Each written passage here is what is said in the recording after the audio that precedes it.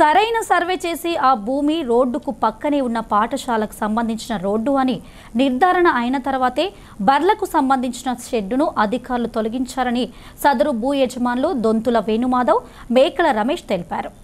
గత 3 రోజుల క్రితం ఎమ్మెల్యే క్యాంపు కార్యాలయంలోనికి మంజునగర్కు చెందిన కురాకుల ఓదేలు లలిత దంపతులు బర్రెలు తోలిన విషయం హాట్ టాపిక్గా మారింది. ఈ క్రమంలో శనివారం భూపాలపల్లి జిల్లా కేంద్రంలోని కాకతీయ ప్రెస్ క్లబ్లో ఆ భూమికి సంబంధించిన అన్ని రకాల లింకు డాక్యుమెంట్లతో భూ యజమానులు మీడియా సమావేశం నిర్వహించి వివరాలు వెల్లడించారు. ఈ ఓదెలు రాజా ఇద్దరు కమాండ్గానే ఉన్నారు. తర్వాత ఏమైందంటే వీళ్ళిద్దరి మధ్యలో లొల్లయి తర్వాత ఓదెలు అనేట ఆయన వచ్చి సైట్ పోయినా నేను బోర్ వేసిన దీన్ని క్లీన్ చేసిన 5-6 సంవత్సరాలు దీన్ని మెయింటైన్ చేసిన నాకు ఏమన్నా ఇప్పియరా అని చెప్పి నా దగ్గరికి వస్తే నేనేం చేసినా వీళ్ళ దగ్గరికి నర్సంపేటకు తీసుకుపోయాను. వాళ్ళని తీసుకొని పోయే క్రమంలో ఏమైందంటే ఇట్లా బోర్ వేసినాం, ఆ బోర్ మీ దాంట్లోనే ఉన్నది, ఆ బోర్ పైసలు నాకు రావాలి, ఇప్పుడు నాకు బోర్ వేసుకోవడానికి నాకు బోర్ పైసలు ఇవ్వాలంటే 2016లో 15లో మాకు రిజిస్ట్రేషన్ అవుతుంది. 16లో ఆ బోర్ పైసలు ₹1,00,000 విత్ ఆయన బ్యాంకు ఎవిడెన్స్ బ్యాంకు ఒక చెక్ ఇచ్చిండి, ప్లస్ దానికి డాక్యుమెంట్ కూడా చేపించేసి ₹1,00,000 ఆయనకి ఇచ్చేసిండు ఓదెలకు. జరిగిన తర్వాత ఏమైంది, అప్పటి నుంచి ఇక కామ్గా ఉన్నది. 2021లో ఈయన ఏం చేసిండంటే ఓదెలు నాకు ఫోన్ చేసి అన్న ఈ భూమి ఖాళీగా ఉన్నది కదా, నేను బర్లను పెట్టుకుంటా, కొంచెం ఈ గిడ్డో పెట్టుకుంటా, ఖాళీగా ఉన్నది కదా ఏమవుతుంది అన్న అని చెప్పి అంటే నేనేమన్నా సరే ఓదెలు ఇక ఏమైతుంది పెట్టుకోతీ అని చెప్పి నేను చెప్పిన. గడ్డివామ నుంచి వెళ్ళి మెల్లమెల్లగా దాన్ని ఏంది కర్రలు వాతి అవి చేసి మంచి పర్మనెంట్ షెడ్ ఆ గోడ పక్క నుంచి వెళ్ళి పర్మనెంట్ షెడ్ వేసిండు. ఏది ఈ రోడ్డు కాక 2-3 గుంటలల్లో ఆయన షెడ్ వేసిండు. అప్పుడు సిఐ రాజిరెడ్డి గారు ఉన్నారు ఇక్కడ. సార్ రమణారెడ్డి గారి దగ్గర పోయి సార్ ఇట్లా పరిస్థితికి ఇట్లా సిఐ గారికి ఇట్లా చెప్పుండని చెప్తే ఆయన సిఐ గారికి ఫోన్ చేసిండు. ఫోన్ చేసే క్రమంలో రాజిరెడ్డి సార్ దగ్గర పోయి కలిసిన తర్వాత ఈయనని పిలిపించిండు. వీళ్ళ భూమిలో నువ్వు షెడ్ వేసినావని చెప్పి వీళ్ళు ఇట్లా కంప్లైంట్ చేసారు, నీ సంగతి ఏందని చెప్పింది. చెప్తే నేను నాకు ఒక 2 రోజులు టైం ఇయ్యండి సార్, మాకు ఒకళ్ళు అమ్మిండ్రు, మాకు ఆ తుర్కాయన అమ్మిండు, ఆ తుర్కాయన తీసుకొని వస్తామని చెప్పి ఓదెలు చెప్పిండు. ఓదెలు వాళ్ళ భార్య, 2 కొడుకులు, వాళ్ళిద్దరు బామ్మర్దులు వాళ్ళంతా వచ్చారు అప్పుడు స్టేషన్కి. 2022లో ఇది. మా సిఐ గారు ఏమన్నారంటే నీ కమ్మిన వాళ్ళను నువ్వు తీసుకొచ్చుకో, వాని కమ్మిన వాళ్ళని వాళ్ళని తీసుకొచ్చుకుంటారు అని చెప్పిండు. వీళ్ళను నర్సంపేటలో పిలిపించినాం మేము.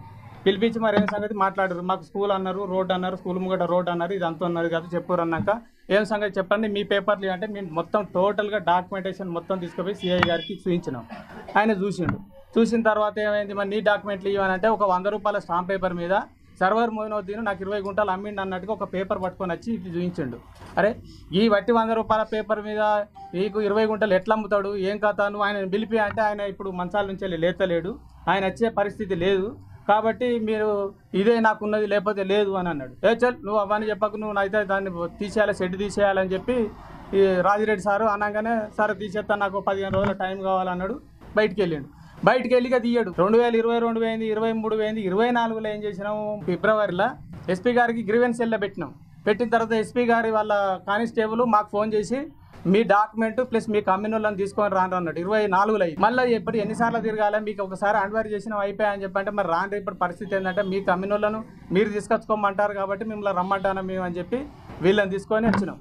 ఇప్పుడున్న సిఐ గారికి అప్పుడు ఇదే ఎస్పీ ఉన్నాడు అప్పుడు కూడా 2024 ఫిబ్రవరిలో. అయిన తర్వాత ఏమైంది, వాళ్ళని పిలిచిండు, మీ పేపర్ ఏమంటే వీళ్ళు పేపర్ పట్టుకొని రాకపోయేసరికి సిఐ గారు ఏం చేసిండు, నీకు కొంత 1 మంత్ టైం ఇస్తాను, ఈ 1 మంత్ లోపు నువ్వు కనుక తీసేయకపోతే వాళ్ళే తీసేస్తారు, దానికి మాత్రం నువ్వు అజ్జేద్దు, ఏదన్నా పేపర్ ఉంటే నువ్వు పట్టుకొచ్చి చూపించాలని చెప్పిండారు సార్.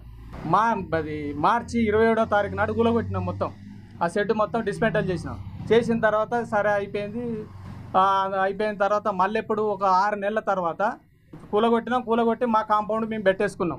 మళ్ళీ 6 నెలల తర్వాత మళ్ళీ ఒక షెడ్ వేసి ఈ రోడ్డు మీద వేసింది. ఇప్పుడు మా దాంట్లోకి రాలే, మున్సిపల్ కంప్లైంట్ చేసిన, మేము పోయడానికి మాకు అడ్డం ఉన్నది, ఇగో ఇది పరిస్థితి.